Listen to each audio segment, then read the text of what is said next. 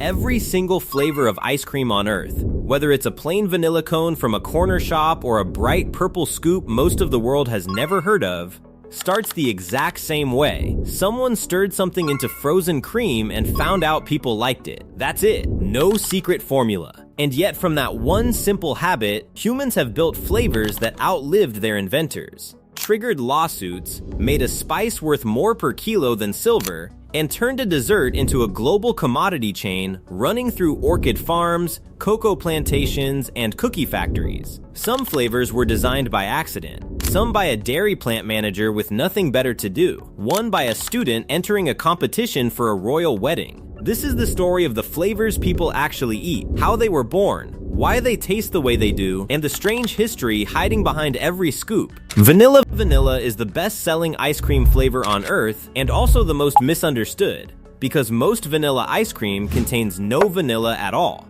The flavor comes from vanillin, and while vanillin is the main aromatic compound in a real cured vanilla bean, chemists can synthesize it cheaply from wood pulp byproducts or petrochemicals, which is why roughly 99% of vanilla flavoring worldwide is synthetic. Real vanilla is brutally expensive for good reason. The orchid it grows on blooms once a year for a matter of hours, and outside its native Mexico, it has no natural pollinator, so every single flower must be pollinated by hand. The picked pods have almost no smell at all, and only develop their aroma through a months-long curing process of fermenting, sweating, and slow drying. Around 80% of the world's supply comes from Madagascar, which makes the market violently unstable, and in 2017, Cyclone Inawo destroyed much of the crop and pushed prices above $600 per kilo, briefly making vanilla comparable in price to silver, and setting off a wave of crop theft serious enough that farmers began stamping identification codes onto individual pods. Chocolate is the oldest of the modern ice cream flavors and predates vanilla ice cream in the written record, with one of the earliest documented frozen chocolate recipes appearing in Naples in the late 1600s, long before chocolate was something you ate rather than drank. That timeline makes sense once you remember that chocolate arrived in Europe as a bitter beverage from Mesoamerica and was already being sweetened, spiced, and served cold before anybody thought to freeze it. Chocolate ice cream is technically harder to make well than vanilla, because cocoa solids absorb water and cocoa butter is a fat that sets hard at freezer temperatures. So a poorly balanced recipe turns grainy or waxy rather than smooth. Makers compensate by adjusting sugar and fat levels, and many use a mix of cocoa powder for depth and melted chocolate for body. Dutch processed cocoa, treated with alkali to reduce acidity, gives the darker color and mellower taste most commercial brands use, while natural cocoa produces a sharper, fruitier chocolate flavor that specialty producers often prefer. Strawberry is the third pillar of the classic trio and the oldest fruit flavor in continuous commercial production, appearing in American recipe books and social records by the late 1700s. It is also the most technically difficult of the three, because strawberries are more than 90% water. And water is exactly what ruins ice cream. Fruit puree stirred straight into a base freezes into hard crystals, so producers cook the fruit down, add sugar to lower the freezing point, or use concentrate to keep texture smooth, which is why so much commercial strawberry ice cream tastes more like strawberry candy than like fruit. Color is another problem, since real strawberries turn dull brown gray when frozen and blended, and the bright pink most people expect comes from added coloring, historically from beet juice or carmine. Strawberries' market share has slipped steadily for decades as mix-in flavors took over. But it survives because it anchors Neapolitan and because it remains one of the few widely available flavors that reads as fresh rather than rich. Neapolitan is not really a flavor so much as a packaging decision. 3 separate flavors: chocolate, vanilla, and strawberry, molded side by side in a single block so a family could serve 3 preferences from one container. The format is credited to Italian immigrant confectioners in the United States in the late 1800s, who adapted the multi-layered molded Italian dessert tradition of spumoni for an American market, and named it after Naples to signal that heritage. The popular claim that the 3 colors were chosen to mirror the Italian flag is repeated constantly but rests on thin evidence. What is clear is the commercial logic, since before home freezers were standard, ice cream was bought for occasions rather than kept in stock, and a brick containing 3 flavors solved an argument at the table. That same logic is why Neapolitan sales have declined steadily in the era of cheap freezer space and endless flavor variety, and why the strawberry third is famously the one left uneaten in the tub. Mint chocolate chip is the most divisive mainstream flavor in the world, with a large audience that loves it and a large audience that insists it tastes like toothpaste.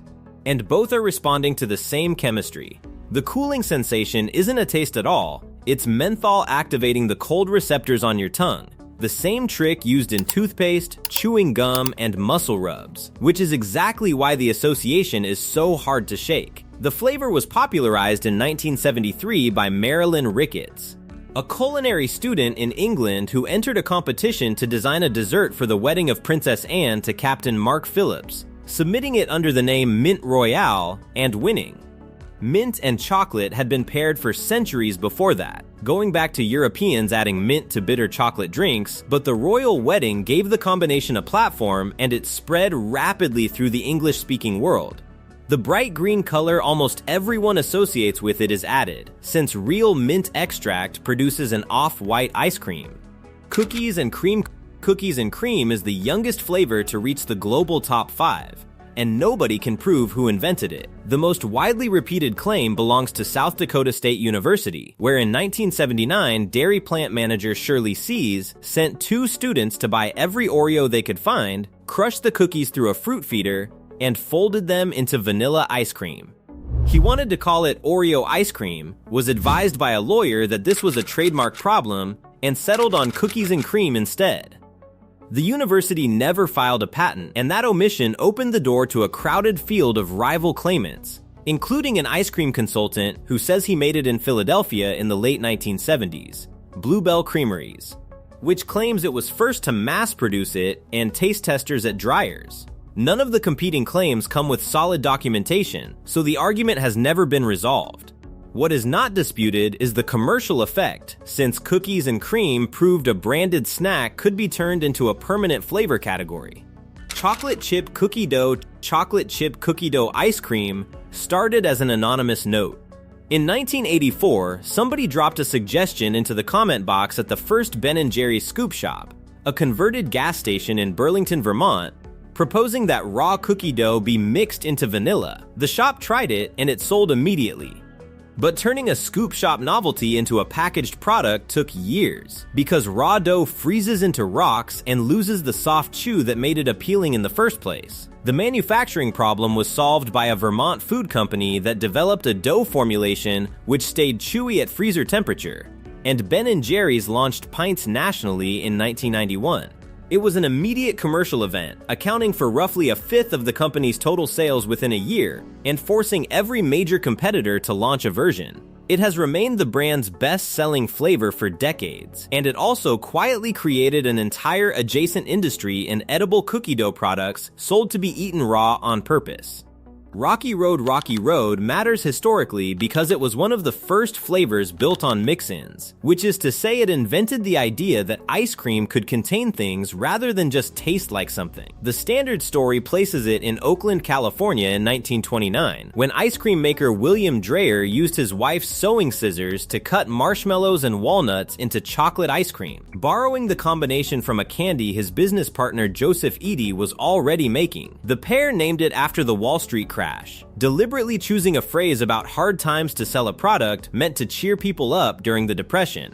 A rival creamery in the same city has long claimed Dreyer took the idea from one of their employees, and the name itself was already in use in Australia for a nut and fruit confection decades earlier. The walnuts were later swapped for toasted almonds in most versions, and the technical difficulty of freezing chunky mixed ingredients evenly took real engineering work to solve at scale. Butter pecan is a Southern American flavor built on a technique rather than an ingredient. Since the pecans are toasted in butter before being folded into a sweet cream base, which changes their chemistry entirely. Toasting drives the Maillard reaction, producing roasted, nutty, aromatic compounds that raw pecans don't have. And the butter adds salt and dairy fat that make the nut read as savory against the sweetness. Pecans are native to North America, particularly the river valleys of the southern United States and northern Mexico, which is why the flavor developed there, and why it remains far more popular in the American South than anywhere else. It has an unusual demographic profile in US market research, consistently ranking as a top flavor among Black American consumers well above its national average. A pattern food historians generally connect to the pecan's central place in Southern cooking. Butter pecan is also one of the few mainstream flavors whose base is deliberately not vanilla, using a browned butter sweet cream instead. Pistachio is the most counterfeited flavor in the freezer, because real pistachios are expensive.